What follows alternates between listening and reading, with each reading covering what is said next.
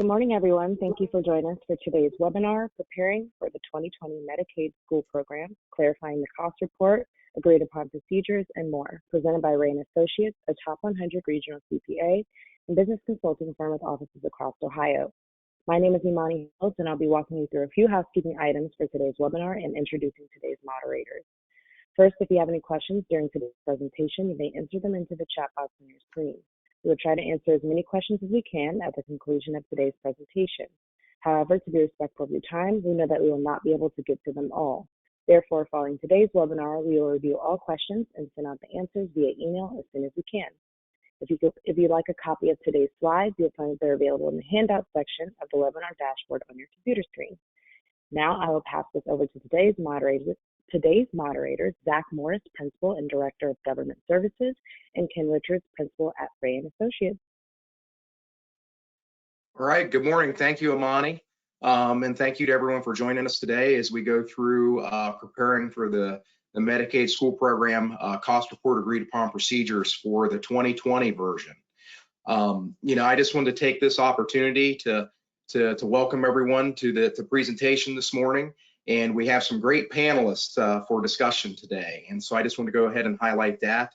As Imani mentioned, Zach Morris, and joining me as a moderator will be Ken Richards. And Ken, Stephen, Laura, and Tracy, the four of them came into Rea with the merger of Kennedy Cottrell Richards and Rea effective September 1st of 2020. So this is the first one of the first opportunities we've had collectively as a team to present to our Medicaid school program client base that is over 370 clients. So, with that, I'm going to go through a little bit of the team here. Chances are you may have received an email or a request from Tracy Campbell in our Gahanna office so far, and she's really going to be handling a lot of the operating aspects of coordinating information and data sharing for the testing that we're required to do as part of the program. And AJ, Laura, and Stephen are really going to be, and with Tracy will be the key players in making sure that this program for our 370 schools strong goes smoothly, and then with the ultimate goal of having everyone submitted by the required deadline of December 31st, which we will touch base on later. So I just very happy to take this opportunity. We've been doing this virtually for the most part since the inception of the program, and I thought it would be a great opportunity for everyone on the call to be able to put a face with the name and hear some information about the program and how to be ready for it. So with that, I'm going to kick it over to Ken to give us a little bit of a background on the program. Great, thanks, Zach. Appreciate everybody that's on the call, and I thought, are we going to start out with a polling question? Is that what we're going to do, Zach, or is it after the introductory here? I believe it's right here. Okay. So the first polling question is, what is the dollar amount this program reimbursed into the education budget for the 6/30/19 AUP that we completed and submitted last year? And if all of you would like to select one, I think that's a good way to get us started with an MSP 2.0 quick refresher.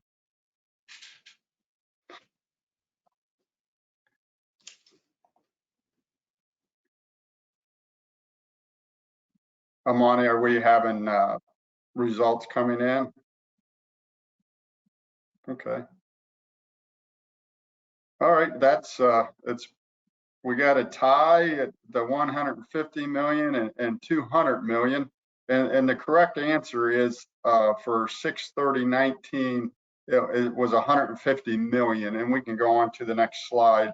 That 150 million was split between interim claiming of about 38 million and the rest at final settlement. And that final settlement happens once your agreed upon procedures engagement, once we complete that, and then you submit it to the Ohio Department of Medicaid.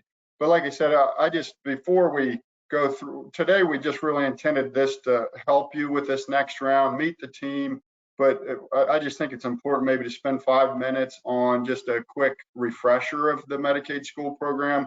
Like yesterday, I just got an email that from Treasury that was new to this process. So just a few minutes here, and we'll go through a high-level overview. Like Zach mentioned, I think this is now our 12th year doing this. I think it's technically the 11th round, but the first year we covered 2 fiscal year ends and one period.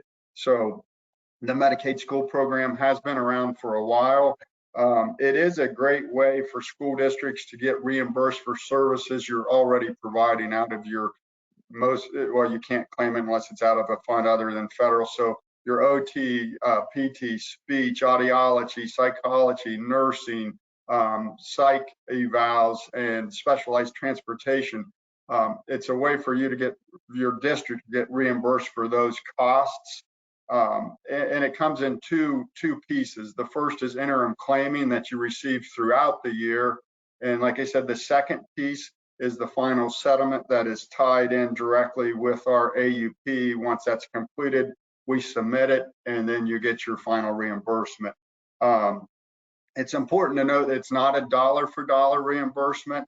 And once again, this isn't a deep dive into Medicaid, but for example, if you had a payroll cost of a couple $100,000, once it runs through the applicable percentages, RMTS, and then your Medicaid eligibility rate, and then the federal reimbursement rate, that $200,000 of payroll costs could conceivably be $50,000 to $60,000 that you can claim depending on your district's MER rate.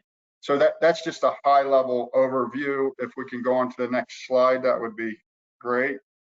The AUP process, which, like Zach had mentioned, I think we're up to approximately 380 districts right now that we're working with. It's a very unique process. It's definitely not an audit, but it's very specific to costs that you're permitted to claim on your cost report.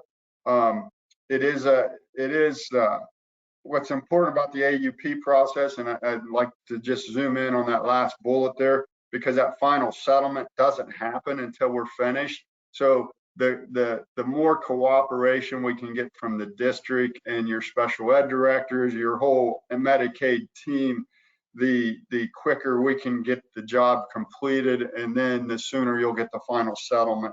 I think this is important to note because years ago, I think the last few years it's been ODM has really turned this into a they process settlement as the reports are submitted, as opposed to batching them and waiting months to get the monies out to you. So it is a unique process that in the end, if we can get it completed timely, you'll get the settlement sooner. And like I said, it's not an audit. We're performing specific procedures with specific results. And if we can go on to the next slide, like I said, just a high level overview of the AUP. I'm sorry, we have another polling question. Sorry about that. What area of the cost report do you find most difficult to understand how it works at your district? We've got payroll, you got paid claims, we've got transportation or procurement and non-payroll. So I'll give you a minute to get your answers in there. If we have time at the end, I know Zach's going to highlight procurement when it deals with Medicaid. It's just important to note we've worked with a lot of districts getting your UG compliant procedures set up. It's important to note that UG compliant procedures also apply to your Medicaid spending money, which is hard to comprehend because it's a reimbursement of general fund monies, but it is applicable. So what are our results to that polling question? Oh, that's interesting. So it is procurement and non-payroll. So if we can, we'll go on to the next slide. Once again, this is just a wrap up of MSP 2.0 in 10 minutes or less. If you were to look at your cost report and our agreed upon procedures final report, it's broken into these sections. There's a payroll section where we're required to test we're required to apply certain procedures over payroll. Same with paid claims. You get a lot of requests from us related to IEPs, attendance records. That's for our paid claims testing. Fixed assets, although it's allowable, probably in the 12 years I've been doing this, I've seen one district claim fixed assets, and then ultimately it was removed from the cost report. Statistics, procurement, and non-payroll. So like I said, if we have time at the end, because that procurement was the most difficult area, maybe we can get some questions in on that. With that, I'll who's ever next can jump in here.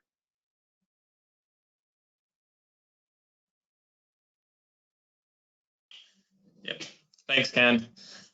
So as you saw with the introductions earlier that Zach gave, my name's AJ Knapp. I'm a manager in our Millersburg office. I've actually been involved in the Medicaid school program here at Rea since the very inception. And I actually remember the first year when Zach and I were doing these, I think we had maybe a dozen to 15 schools. And the fact that we're pushing around 380, like Zach and Ken mentioned now, is pretty incredible, in my opinion. So it's definitely a growing program over the years. So I'm sure all of you have either probably emailed or spoken, over the phone to myself, Zach, Ken, Laura, Tracy, or Steven over the years. So hopefully this presentation, we were hoping to be able to provide a face to put with that voice as well. So the section I'm going to be talking about this morning, just briefly here, is the various parties that are involved in the MSP process.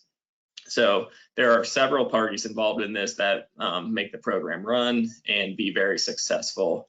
And I'm just going to highlight and give a brief info on each of these parties. So the first one, the Ohio Department of Medicaid, or often referred to as ODM. And one of the things I was thinking as Ken was presenting, we use a lot of acronyms. So if you hear AUP, that's an agreed upon procedure we present. MSP's Medicaid School Program, ODM is Ohio Department of Medicaid, and OD is Ohio Department of Education. I'm sure there's probably others, but this is language we often speak, and so I just wanted to make sure you're understanding what those acronyms stand for. So ODM is one of the two joint oversight coordinators of the program, along with the Ohio Department of Education. So to be able to bill for Medicaid services provided, there are a couple of key things that need to be completed with ODM. So first, your therapy practitioners that are providing the services to students have to be enrolled with ODM to be eligible to provide those services and bill for them.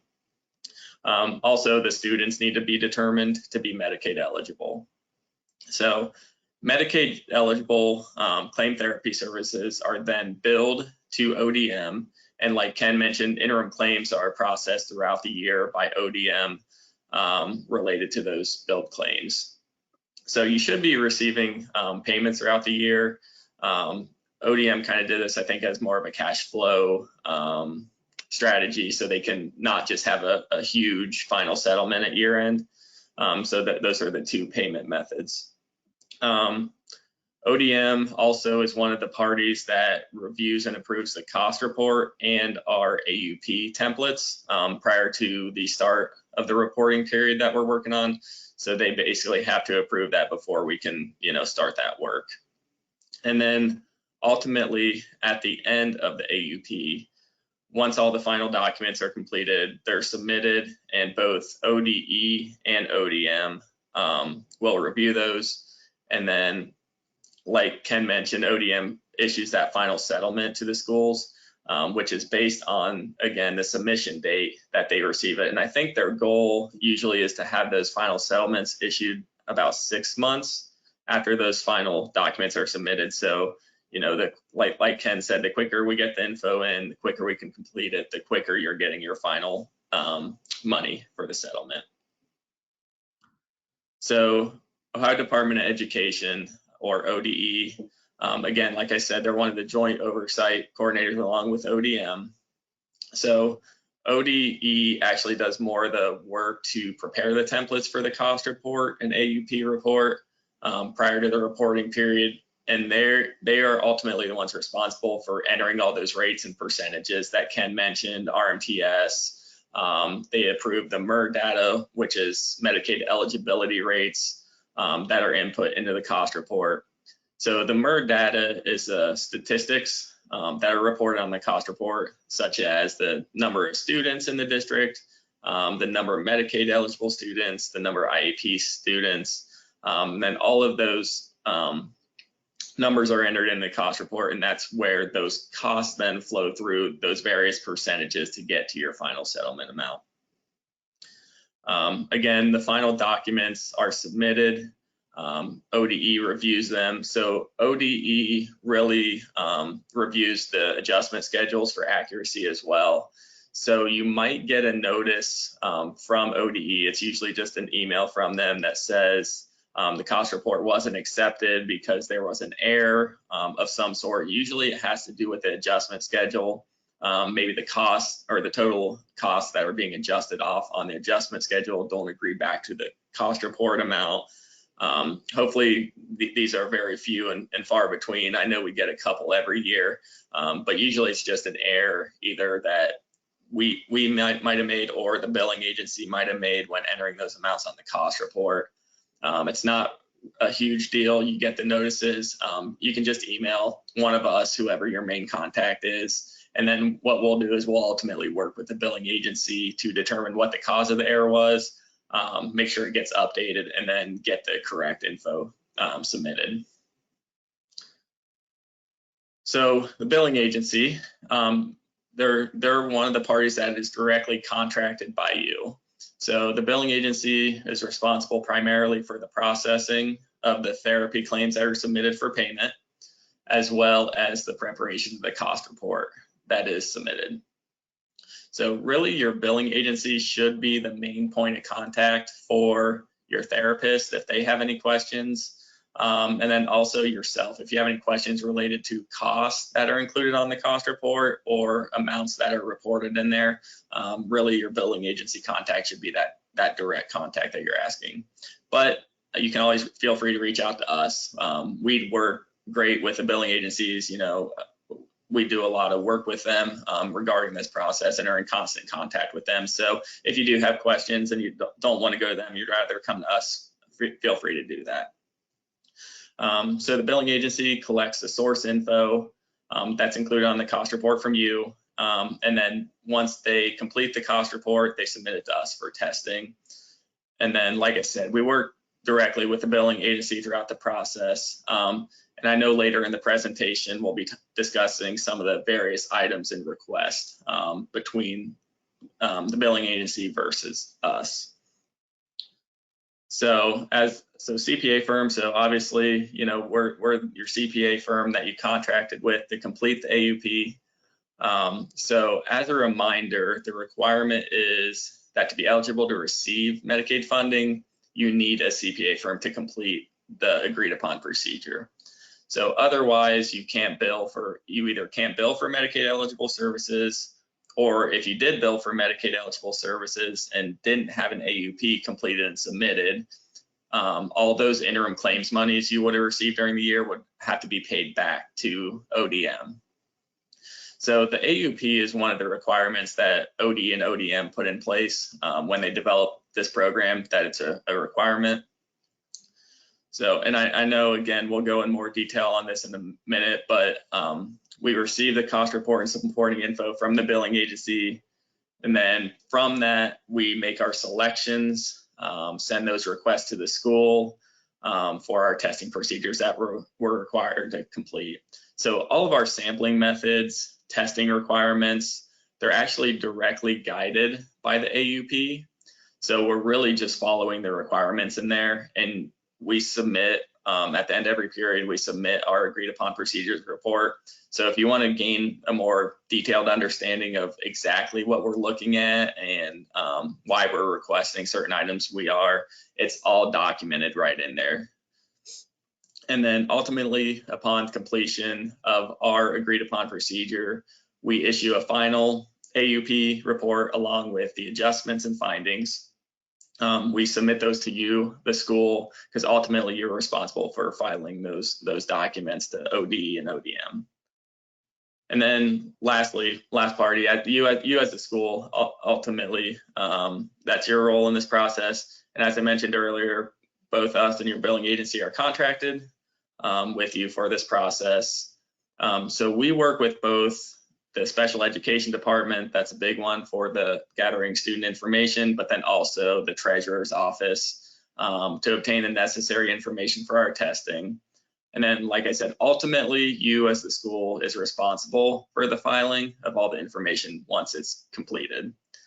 So, and I know in the past there's been maybe some confusion from different treasurers I've talked to over the difference in what we as a CPA firm does versus a billing agency, or what we collect and versus what they collect and request and stuff like that.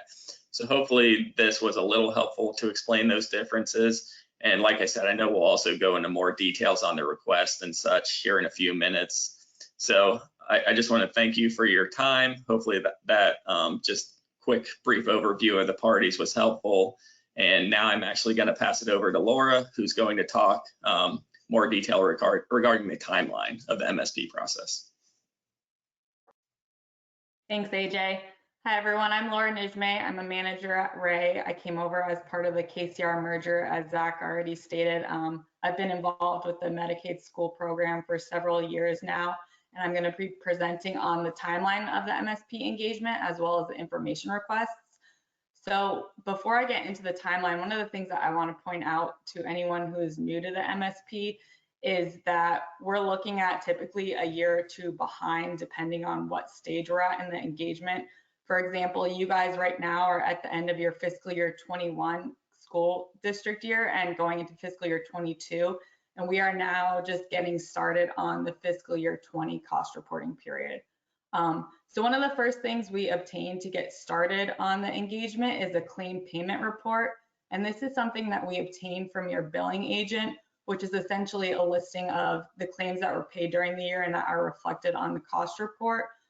We just started receiving these over the past couple of weeks and months for the fiscal year 20 cost reporting period. And this goes hand in hand with our initial information request that we send you. By now, you probably have already gotten an initial information request from Tracy. If you haven't gotten this yet, you should be expecting to receive it soon, because like I said, this is one of the first steps in the engagement process for us. Other key documents that we receive along the way are the cost report and the engagement letter procedures, which are provided to us by ODE. I checked this morning, these are still not on ODE's website yet, but they're expected to be provided by ODE fairly soon, I think within the next couple of weeks. But we don't need these necessarily to get started on the engagement. We're able to do quite a bit of work, and the billing agent is able to do a substantial amount of preparing documentation before the cost report template and engagement letter procedures are available. We just aren't able to wrap up and complete our AUP until these are ready. You'll also be getting an information request from your billing agent if you haven't already gotten this. Since the billing agent is independent of us, I don't know when they typically send these out, but I would expect that you would probably receive this before you receive the initial information request from us. This is something that I would expect you to get fairly early on, just because this is a request for information that they need to compile the data that gets put into the cost report. I'll touch base more on this information request as well as our information request on the next slide. But also, I've already touched on the initial information request that you should expect to receive from us if you haven't already. And then you'll also get subsequent information requests from us further down the line.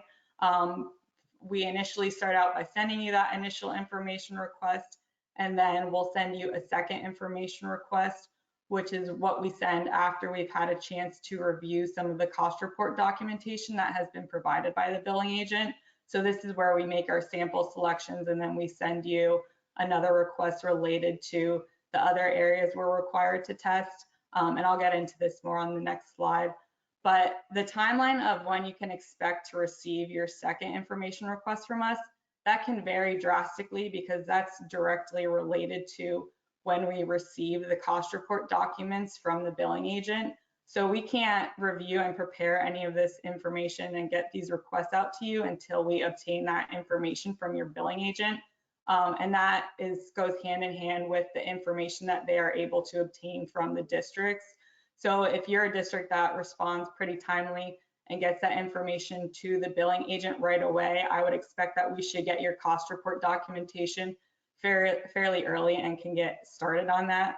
But it's just very important that you're timely in responding to these requests and that we are getting these requests out to you, because we typically work on these in the order that they are received. So like Zach and AJ have mentioned before, if you want your reimbursement, it's just important that we get this information as soon as possible so we can get these procedures completed and wrapped up.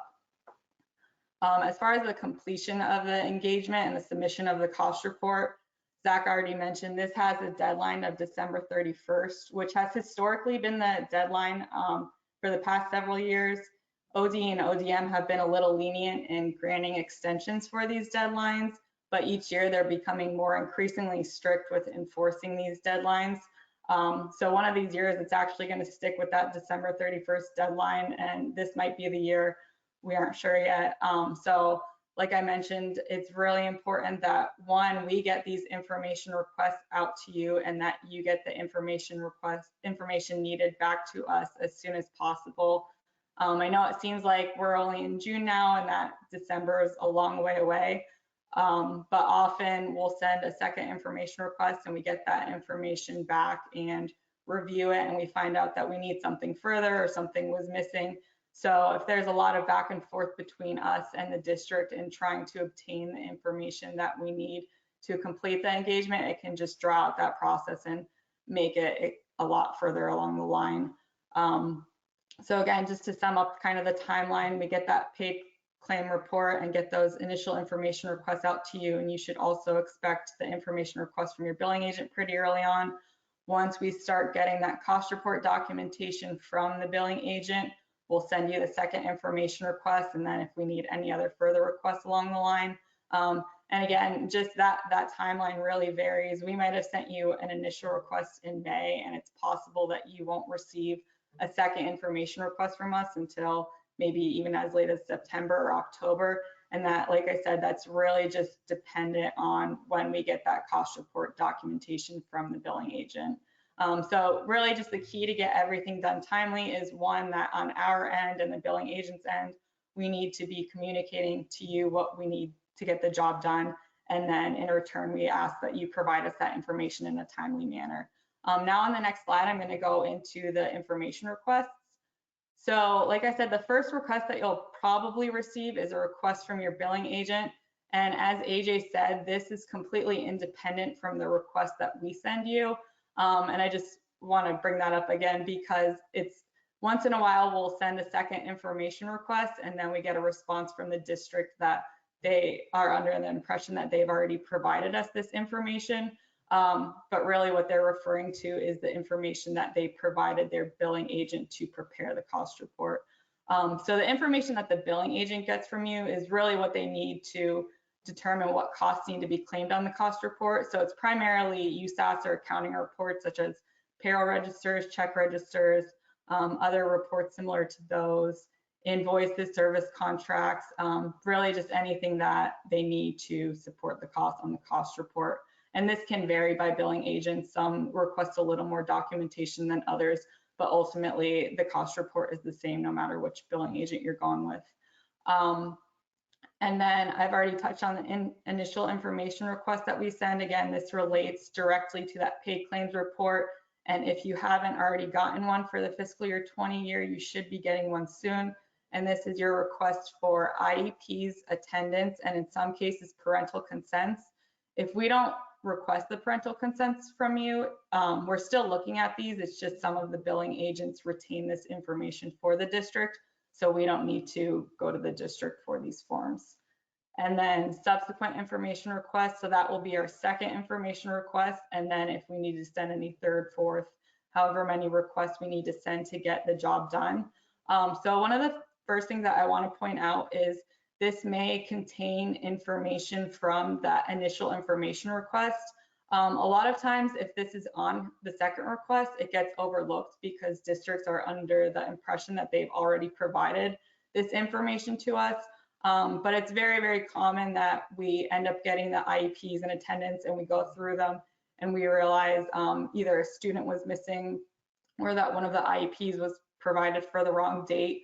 So if you see this initial information on the second request again, it's because we still need something from the district.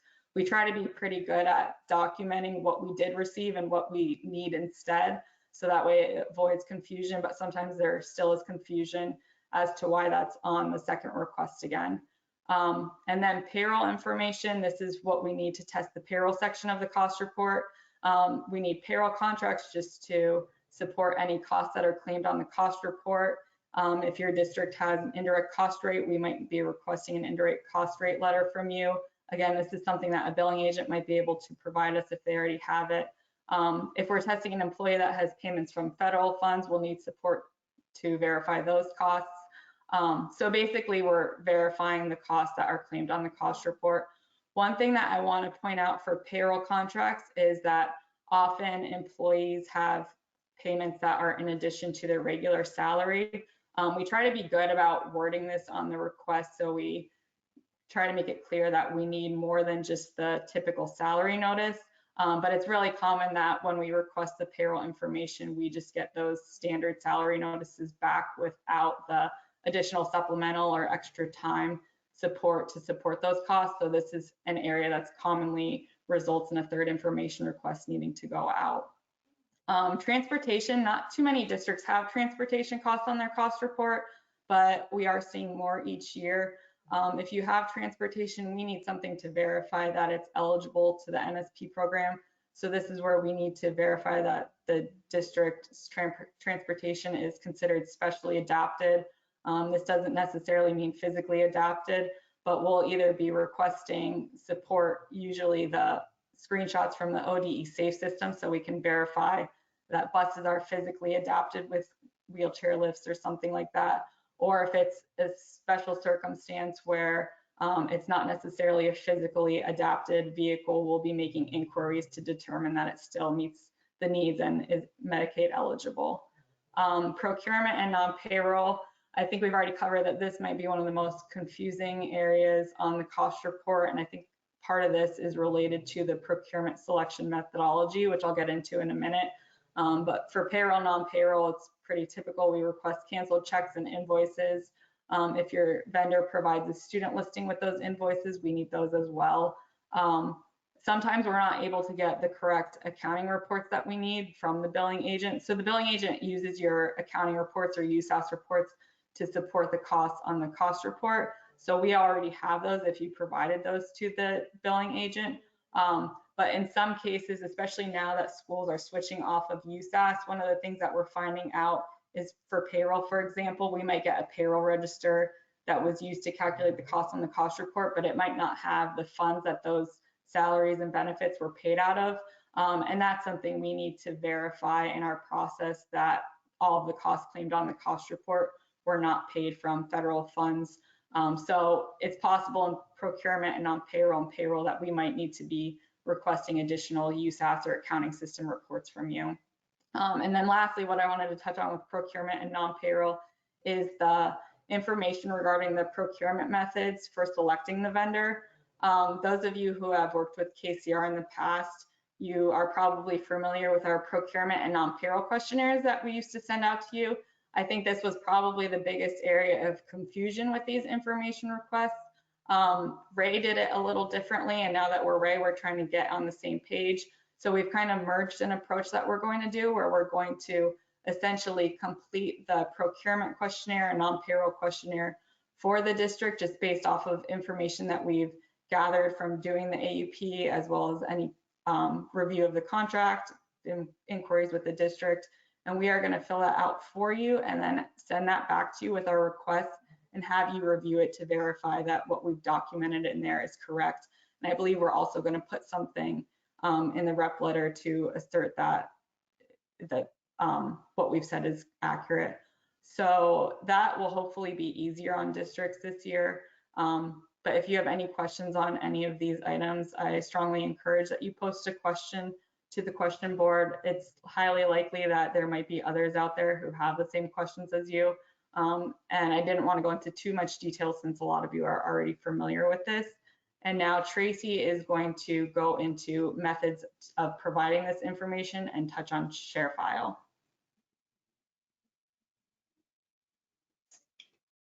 Looks like we do have a poll question here before we get to hear from Tracy on Sharefile.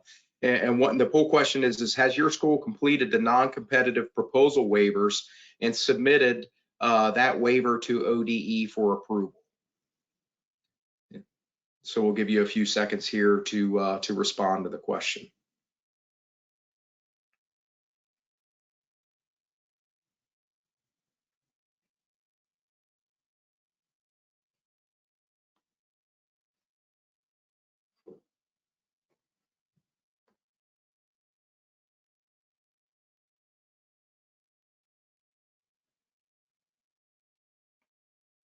All right, so this is something that as we go through the summary, we'll touch on, and I know obviously through one of the first poll questions, one of the most confusing aspects of this process is the procurement section. So seeing that, I will make note here and we will circle back to that at the conclusion of the presentation. So with that, Tracy, I'm going to turn it back over to you. Thanks, Zach. Good morning, my name's Tracy and I come from KCR side of the merger. And I'm going to try to go over some things for Sharefile this morning to hopefully clear up some questions or concerns you might have. We use Sharefile because it is a secure portal which allows you to upload large amounts or bigger files into the system at the same time. And it also kind of centralizes all the information because we're all in different offices and we all access the information. We can get it from one spot, and that way if anybody's on vacation or out of the office, it's not sitting in someone's email or on somebody's desk. So it helps us, have access to all of the information. Anybody in your office can be added to it. All I need is a name and an email address, and I can set them up. We're often asked how we prefer the information, and honestly, we'll take it any way we can get it. But if we had our choice, we would like the attendance records all in one single PDF alphabetically by last name. For the IEPs, it would be helpful if they were in their individual PDF by last name as well. I've attached some directions, so this will help you and you can save them, or if you need them, just email me and I can send them to you. That kind of give you an idea. It's really easy to do.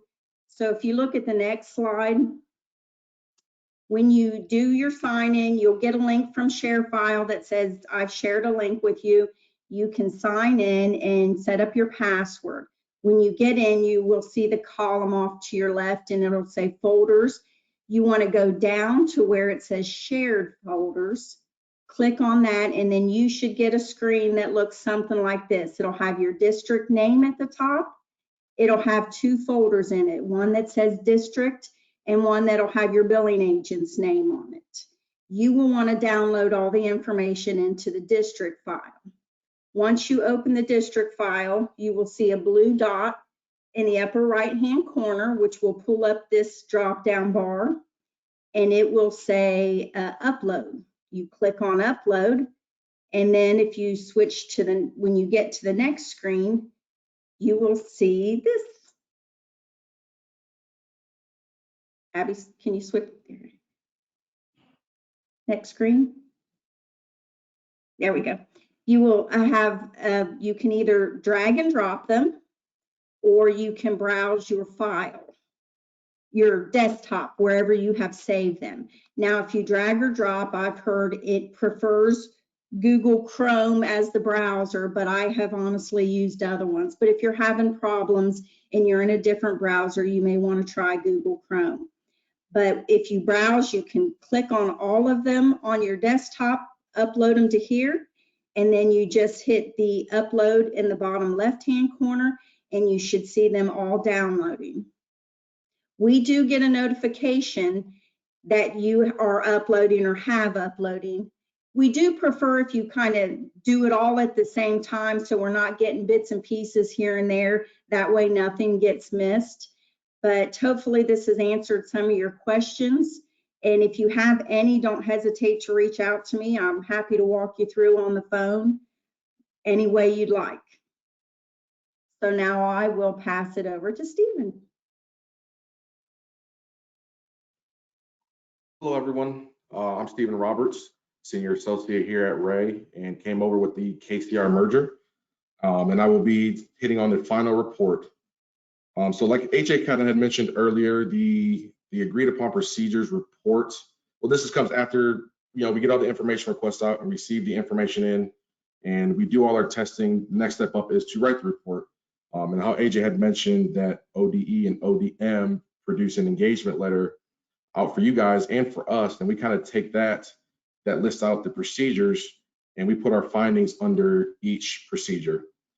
Since I've been working on the MSP, Ken constantly usually drills into our head that consistency is the key to client service. So with that said, if you were to take your report and compare it to another district's report, they should be pretty similar in verbiage.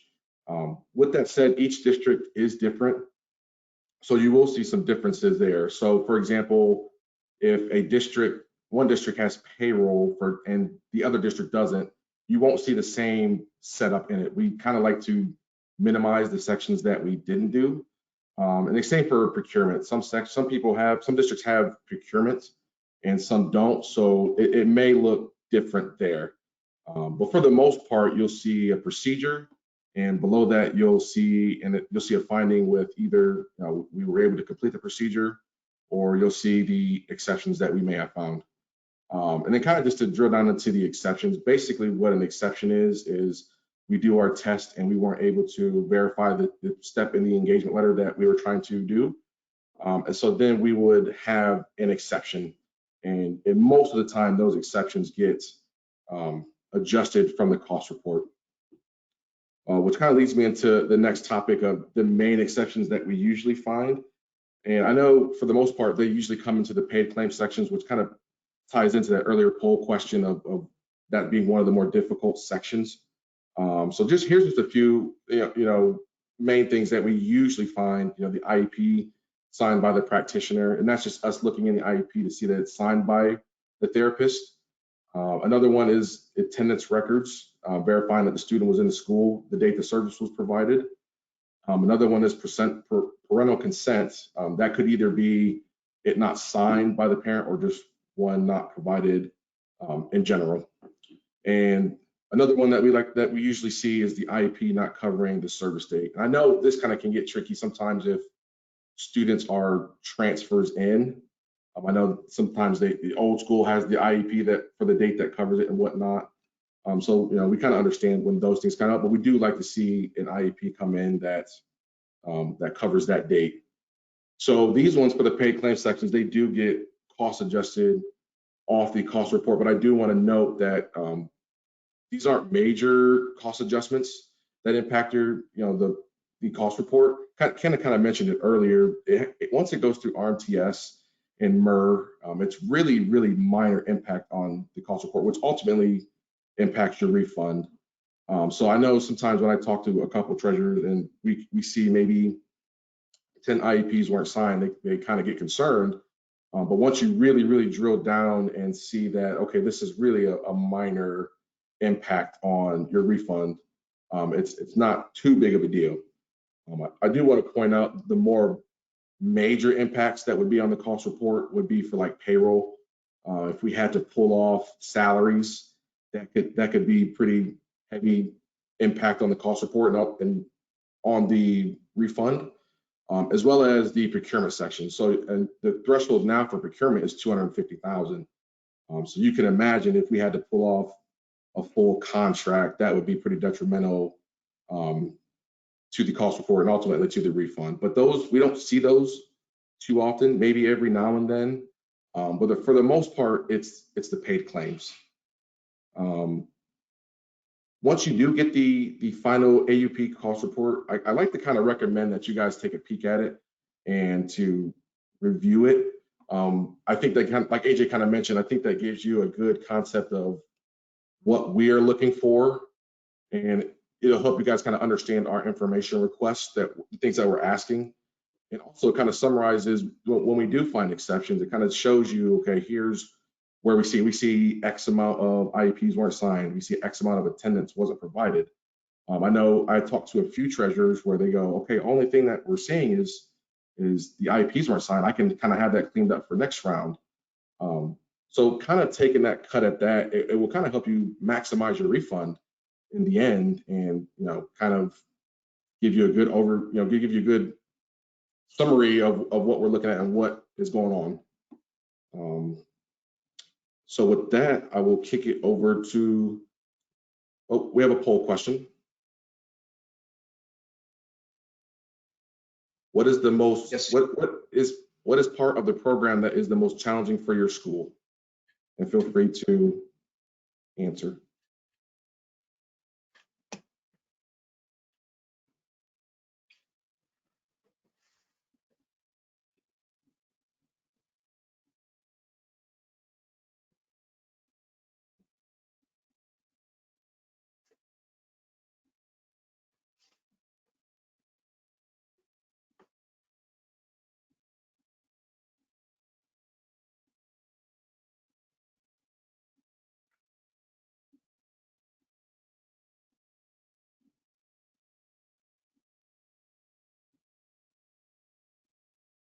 So I'm seeing a tie between documenting services and tracking reimbursable costs.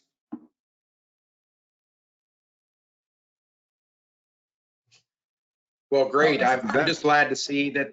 I'm just glad to see fulfilling requests for the AUP wasn't the biggest challenge for the program, and hopefully the results of some of the information that we've provided today can help reduce that being the most difficult part of the process. So a big thank you to AJ, Laura, Tracy, and Stephen for pulling together information today. Thought it was key for those folks to get in front of you. We've had a lot of presentations in the past that have spoken specifically to what are the Ohio Administrative Code requirements, what are the federal regulations. We thought it would be this would be an opportunity for us to really look at the program from the perspective of what information we were requesting, how the process works, and then how we can effectively help each other as schools and as your AUP provider get through this process with your billing agent and get it submitted timely to ODE and ODM. And as the slide here indicates, we have really just a summary of some items that we want to make sure that we highlight, and we will take a little bit of time, just a minute here where you were winding down on time to address some items from the pool questions today. So the first two bullet points are really just, make sure your communication is there with your billing agents. Your billing agents do a phenomenal job of analyzing the information that your district has available and determining what can go in the cost report. So just anytime something changes with where you're paying a therapist or the nature of a service, whether it be from payroll to a contracted service or vice versa, just make sure you're having that conversation. That way your district is billing for all available services. And then so one of the things that the billing agents are doing is helping with training and their systems to make sure that the therapists are documenting the IEP services. Like AJ had mentioned earlier and Ken mentioned, is really ODM wants that processing of those interim claims for cash flow, and then that gets that some of that money into the district's hands sooner. And so that, like I said, the first bullet points there are just working with your billing agent to make sure you're capturing all the allowable costs. And if it's advantageous for your district, if you do have a lot of payroll, which if you were looking at your cost report and look at Exhibit 7, and if you have a lot of general fund payroll that is being reimbursed through the program, your billing agent could help you apply for an indirect cost rate. And that would be advantageous for you being applied to that payroll cost and generating additional payroll costs for your cost report reimbursement. And just like always, one of the things we circle back to, one of the poll questions, 75% of the respondees indicated that there are still challenges with procurement and understanding how procurement applies to the Medicaid school program.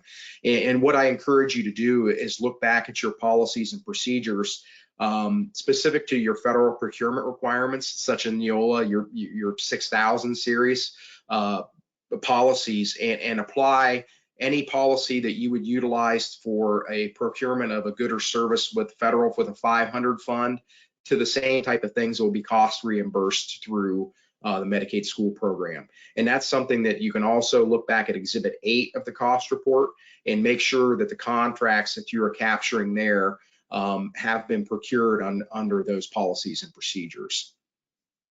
Just a few other highlights here.